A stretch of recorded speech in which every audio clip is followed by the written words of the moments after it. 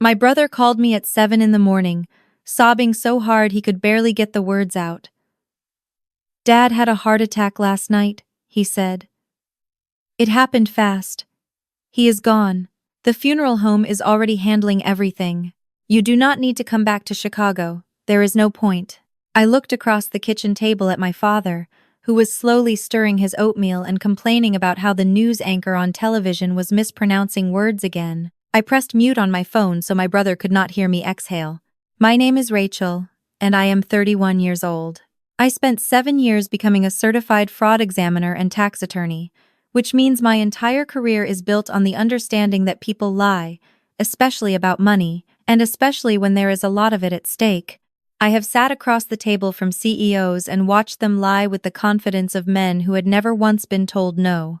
I have watched companies crumble under the weight of their own creative accounting, but nothing, not a single case in my professional life, prepared me for the moment I realized my own brother was trying to steal my father's life, while my father was still very much in it. Before I tell you how I turned his fake memorial into the worst day of his life, I need you to understand what was actually at stake. It was not just money, although there was plenty of that. It was Grandma Ruth's bakery. Sunrise Pies had been on West Devon Avenue in Chicago for 42 years. My grandmother opened it in 1982 with a commercial oven she bought secondhand and a recipe for buttermilk chess pie that her own mother had taught her in Mississippi. My father inherited the business when Grandma Ruth passed 8 years ago, and he had grown it from a neighborhood bakery into a regional institution with 3 locations, a catering arm, and a wholesale contract with 2 hotel chains. It was not just a business. It was the reason my father got up every morning. It was the thing that had given our family a name in a city that does not hand anything to anyone. My brother had been working alongside my father for 12 years. He was the operations manager, which sounded important. What it actually meant was that he held the checkbook while my father built everything around him.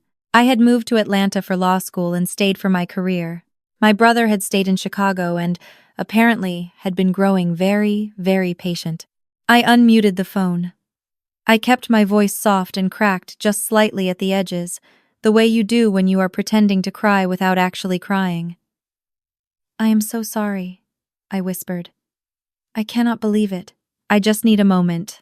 He told me he would handle everything, that the 3 Sunrise Pie locations would be transferred into a trust he had already set up, that Dad had apparently signed paperwork some months ago indicating his wishes. He said the words the way people say them when they have rehearsed them in a mirror. I hung up and looked at my father. He had stopped stirring. He was watching me with the particular stillness of a man who has raised a daughter and knows exactly what that expression on her face means. "What did he say?" my father asked. I told him. He put the spoon down on the table. He looked at the television for a long moment. Then he said, quietly and without any particular drama, "That boy has been skimming the accounts for 3 years." I stared at him. He picked the spoon back up. "I have been watching and waiting for him to do something stupid enough to stop on his own," he said. I suppose he did not. My father was not a dramatic man. He was the kind of man who wore the same style of brown cardigan for 30 years and kept a yellow legal pad by his bed to write down things he was grateful for. He had known something was wrong with the accounts for years and had said nothing, hoping, with the particular heartbreak of a parent who refuses to give up, that his son would choose differently. He had not chosen differently. I booked a flight to Chicago for the next morning and spent that night doing what I do. I opened my laptop and I went to work. The brother had set up the trust 8 months ago, which told me the plan had not been impulsive. The 3 Sunrise Pie locations were each held under a separate LLC. The trust document, which a contact at the county recorder's office pulled for me in exchange for nothing more than my asking nicely, listed my brother as the sole beneficiary and trustee. My father's name was on the document as the grantor, but the notarization had been done by a notary whose license I cross-referenced against the state database. Her license had expired 6 months before the document was signed. Fraudulent notarization. That was Exhibit A. My brother had also, in his confidence or perhaps his carelessness, filed a life insurance claim that afternoon. He had a policy on my father through the business, a key man policy worth $800,000, which is standard for a business like Sunrise Pies, because the loss of the founder genuinely would have been catastrophic. He had filed the claim within 4 hours of calling me. There was only one problem. You cannot file a life insurance claim without a death certificate. And a death certificate requires a doctor or a coroner to certify cause of death. I pulled the claim filing through a connection I had at the Illinois Department of Insurance. The attending physician listed on the preliminary claim was a Dr. Warren Hughes, with a practice address in suburban Oak Park. I ran his license. It was valid. I ran his history through the medical board. Clean. I then ran his name through the professional address database and noticed something. Dr. Hughes had relocated his practice to Phoenix, Arizona, 11 months ago. His Oak Park office had been closed for almost a year, but according to the paperwork, he had certified my father's death at a Chicago hospital at 11:15 the previous night. I printed everything and put it in a folder I labeled, for my own satisfaction, Exhibit B. I called my father's closest friend, a retired detective named Gerald who my father had known since the 80s. I told him what I had found. He listened without interrupting. When I finished, he said he would make some calls and that I should not contact the police directly yet, because I needed more, and because my brother needed more rope. I told him there was a memorial service scheduled for Sunday at the Devon Avenue location, the original Sunrise Pies, my grandmother's bakery. Gerald said that was perfect. I landed at O'Hare on a Thursday morning. My father was already on a flight to visit his cousin in Milwaukee, staying off the grid in a way that an old man who had no idea what off the grid meant had interpreted as simply not answering his phone. I had a hotel room in Wicker Park booked under a name that would not raise any flags. I had 2 days. I spent those 2 days sitting in the parking lot across from the Devon Avenue bakery, watching. My brother came and went with the ease of a man who believed he had already won. He arrived Thursday afternoon with 2 men I did not recognize, who carried boxes out of the building and loaded them into a rental truck. I photographed everything from my car. I ran the rental truck's plates. It was registered to a company called North Shore Asset Recovery LLC, which was registered to my sister-in-law. That was interesting. I had never particularly trusted my sister-in-law. She was pleasant enough in the way that certain people are pleasant when they want something from the room. She had married my brother 6 years ago after a courtship so fast it made my father raise an eyebrow. She had an MBA and worked in commercial real estate, and she was the kind of woman who remembered every detail of every conversation she had ever had with you, which I had always found either impressive or unsettling depending on my mood. North Shore Asset Recovery LLC had been incorporated 4 years ago. 3 years before the fake death plan, there it was, already in existence, already positioned. She had not come up with this after the wedding. She had walked into the marriage with the plan already forming. I called Gerald again. He said the word racketeering quietly and with something that sounded like appreciation. I needed to be patient. I needed to let Sunday happen. The Devon Avenue Sunrise Pies location was a beautiful room.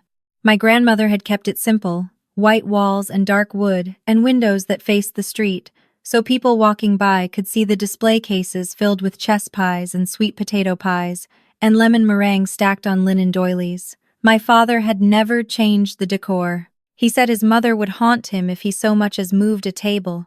I arrived 20 minutes before the memorial was scheduled to begin. I wore a dark coat and a hat pulled low and sat in the last table in the back corner with a cup of coffee. The room filled slowly with people who had known my father for decades.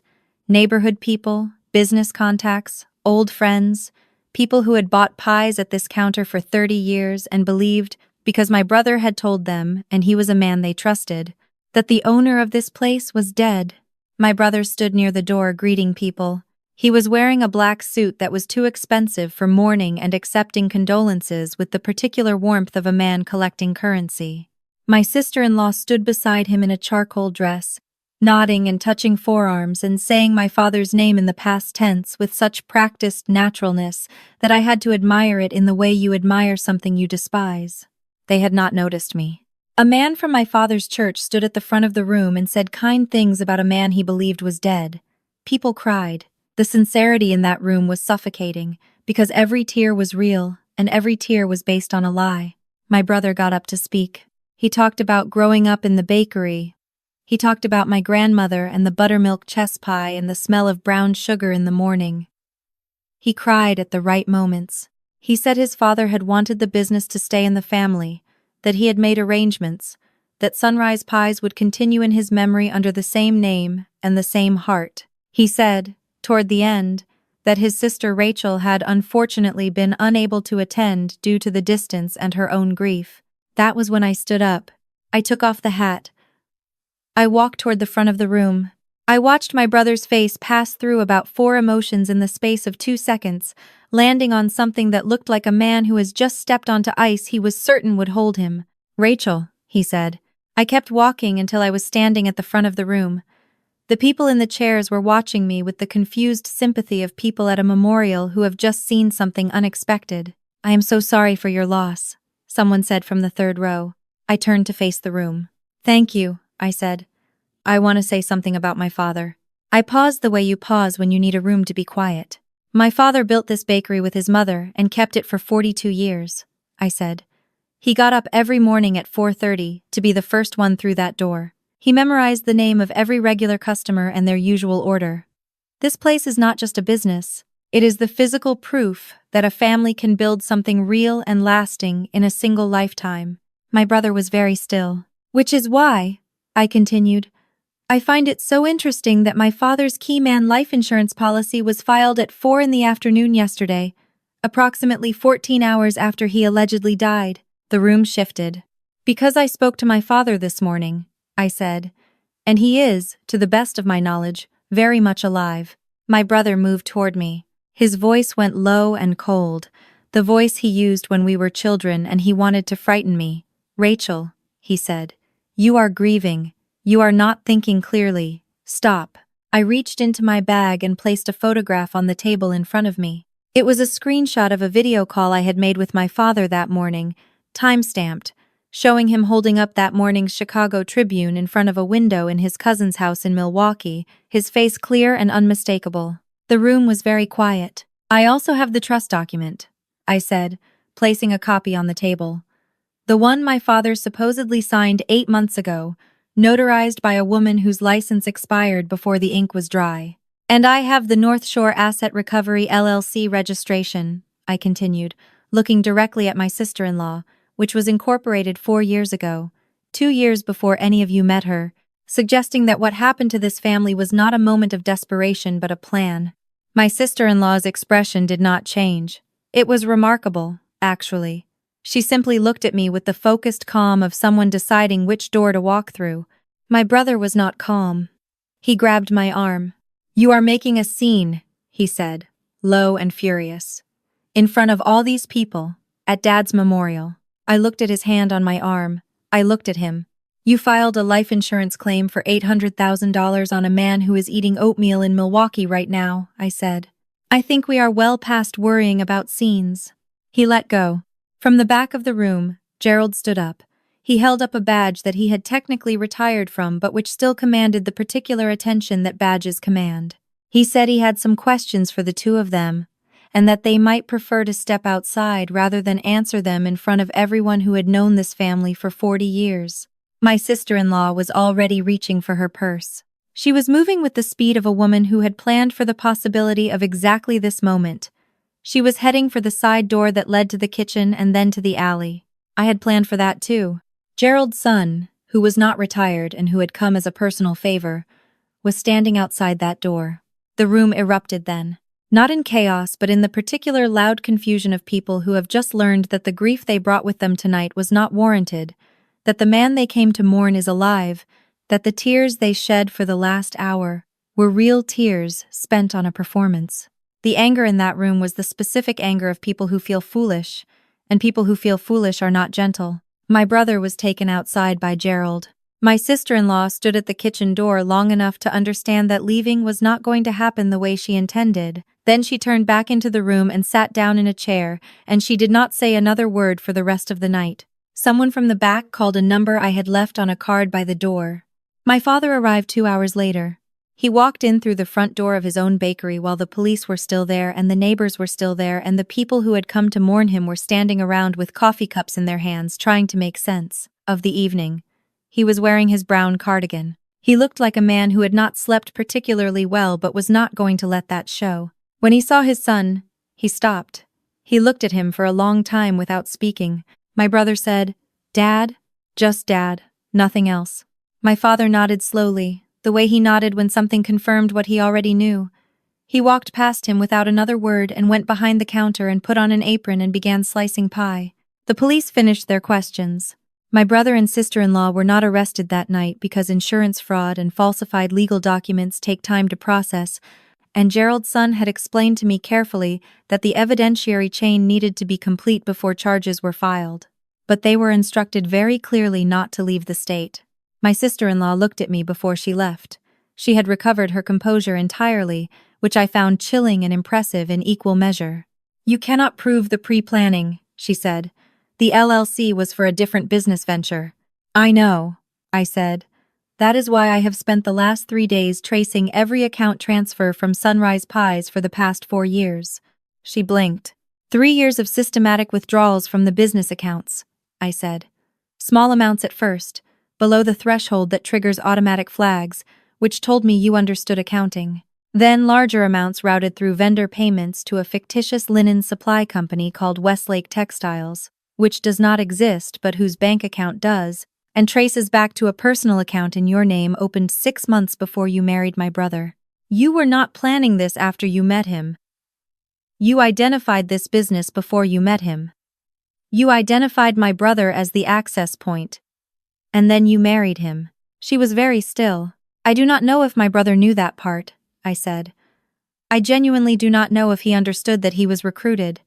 But you will have a long time to figure out how to explain that to him." She left without another word. I sat down at the counter next to my father. He pushed a plate toward me. It was buttermilk chess pie, his mother's recipe, with a filling the color of October sunlight. I took a bite. I had not eaten since early morning and it was almost midnight and it was the best thing I had ever tasted. He refilled my coffee without asking. That is what he always did. "What happens to the business?" he asked. I told him that the trust document would be voided because of the expired notarization, that the life insurance claim would trigger a fraud investigation that would freeze those proceedings for months, and that I had already contacted a trust and estate attorney that evening who would help him restructure the business ownership in a way that was legitimate and protected. "What about the stolen money?" he asked. I told him that North Shore Asset Recovery LLC and Westlake Textiles had a combined account balance that could be attached through civil proceedings, that it would not be fast, and that he would not get all of it back, but that he would get most of it. He nodded. We sat there for a while in the bakery that his mother had opened 42 years ago, while outside on Devon Avenue, the streetlights made the windows glow orange, and the last of the people who had come to mourn him said their good nights, and headed home to the strange story they would tell their families tomorrow. Morning. He did not ask about my brother again that night. That was a wound he would carry privately, in the way he carried all the things that hurt him most, which was slowly and without complaint, and with a yellow legal pad, where he wrote down the things he was grateful for, even on the nights when the list was short. The insurance fraud investigation moved quickly once the Illinois Department of Insurance received the full file. Because falsifying a death certificate by listing a physician who had been practicing in another state for 11 months was not subtle, and because the investigator assigned to the case was a woman who, it turned out, had grown up buying pies from this bakery and took a personal interest in seeing it resolved. Dr. Hughes, the physician whose name had been used, had not been involved. His credentials had been lifted and forged, which added identity fraud to the charges. He cooperated immediately and completely. My sister-in-law's attorney tried 3 separate arguments over the following weeks. The first was that the Westlake Textiles account was a legitimate business account and the withdrawals were operational expenses. That argument collapsed when I produced the account origination date and demonstrated that Westlake Textiles had been registered 11 months before Sunrise Pies became a client of a vendor by that name, meaning the business relationship that supposedly necessitated those payments had been invented retroactively. The second argument was coercive control, which was the same argument I had anticipated and prepared for. I had anticipated it because I had analyzed how people in these situations typically try to minimize their individual culpability. What defeated it was the 4-year timeline. Coercive control is real and it is serious, but it requires the controlled person to have been involved in the scheme from the beginning. My sister-in-law had incorporated North Shore Asset Recovery LLC and opened the Westlake Textiles account before my brother had any documented involvement in the financial irregularities, which meant the scheme predated his participation by years. She had not been coerced into a plan. She had designed one and recruited a partner. The third argument was that she had no knowledge the life insurance claim had been filed, that my brother had acted independently. That argument lasted until the prosecution produced her email, sent from her personal account at 2:17 in the afternoon on the day of the claim filing, which contained the claim form as an attachment along with the message reviewing the final version. My brother had forwarded it to her for sign-off before he submitted it. She had replied 3 minutes later with one word: good. The charges were insurance fraud, wire fraud, identity theft, and criminal conspiracy. My brother was charged with the same. Their joint defense fell apart within 2 weeks of the preliminary hearing because they had, predictably, different interests by that point. My brother called me once before the trial. It was late and I almost did not answer. I answered. He did not apologize. He said he had not known about the pre-planning, that he had believed she loved the business the same way he did, that he had trusted her. He said it the way people say things they believe will make them seem less culpable. But underneath it, there was something that sounded like genuine confusion, the confusion of a man who had been used and was only now beginning to understand the architecture of it. I believed him about that part. Not about all of it, but about that part. I told him that believing someone does not release you from the consequences of what you chose to do together. I told him I was sorry that she had used him. I told him I was not sorry for what happened next. He did not call again. The trial was 2 days long. The evidence was overwhelming and my brother accepted a plea agreement on the 4th day. 18 months, with the possibility of reduced time for cooperation. My sister-in-law went to trial and was convicted on all counts. 4 years. My father attended the sentencing and sat in the gallery without expression. He had asked me the week before if he should say anything to the court, if there was a statement he could make. I told him that was entirely his choice. He thought about it for several days and then told me he had decided not to. He said there was nothing he needed to say to a courtroom that he had not already said to himself. The restructuring of Sunrise Pies took 4 months. We worked with the trust and estate attorney to place all 3 locations in an irrevocable family trust that named my father as the sole trustee for his lifetime and established clear succession rules that could not be altered without independent legal oversight. The stolen funds were partially recovered through the attachment of North Shore Asset Recovery LLC's accounts, which contained a little over $200,000 when the court ordered the freeze. Civil proceedings for the remainder were ongoing. On the first Saturday of December, my father held a reopening event at the Devon Avenue location. He did not call it that.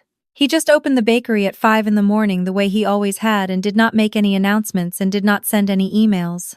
But word spread the way it spreads in a neighborhood where people have been watching the same front door for 40 years, and by 9 o'clock the line was out onto the sidewalk. I was there when he unlocked the door that morning. The sky was still dark, and the temperature was in the low 20s, and the ovens had been running since 4, and the whole street smelled like brown sugar and pie crust. He handed me a coffee without asking, because that is what he always does. We stood behind the counter together for a while before the customers arrived, looking out through those big front windows at the empty street and the streetlights and the first gray edge of morning appearing above the rooftops. I had a letter in my bag that I had not yet told him about. It had arrived at my hotel the week before, forwarded from my home address in Atlanta. It was from my brother, handwritten on plain paper, mailed from the correctional facility. It was 2 sentences long. The first sentence said he was sorry. The second sentence asked if my father was all right. I had read it 3 times trying to decide what to do with it. I had carried it around for a week. I had not thrown it away, but I had not shown it to my father either, and I was not sure which of those decisions said more about me. My father looked at me. He had the particular radar of a man who has spent a lifetime reading the faces of people he loved. "Something on your mind?" he asked. I reached into my bag. I took out the letter and set it on the counter between us. He looked at it. He did not touch it. He read both sentences without picking it up because the handwriting was large enough and the sentences short enough that he could.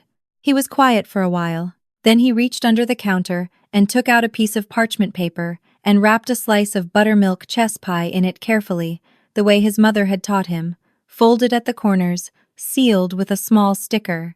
He set it on the counter next to the letter. "Send that with the letter when you write back," he said. I looked at him. He looked at the window. He said, "I am not ready to talk to him. I might not ever be, but I am not going to let him think we stopped making pie." The first customer knocked on the glass a few minutes later. My father went to unlock the door. I stood there looking at the letter and the wrapped slice of pie sitting side by side on the counter. Then I put them both in my bag, and I went to help him with the morning rush. What I learned from all of it is this: greed does not always look like greed. Sometimes it wears a cardigan and speaks softly and waits years before it makes its move. Sometimes it marries into a family with a plan already written. Sometimes the person doing the most damage is the one you would least expect, because they have spent the longest time making themselves invisible. But paper trails do not wear cardigans. Paper trails do not charm anyone. They simply sit there, patient and exact, waiting for someone who knows how to read them. My father built something real. Someone tried to take it. They could not take it because the thing they underestimated was not me. It was him, and the 42 years of work that made the business worth stealing in the first place. If this story resonated with you, if you have ever watched someone you love be underestimated by the people who should have protected them, subscribe and stay with us. There are more stories where that came from, and justice, when it finally comes, is always worth the wait.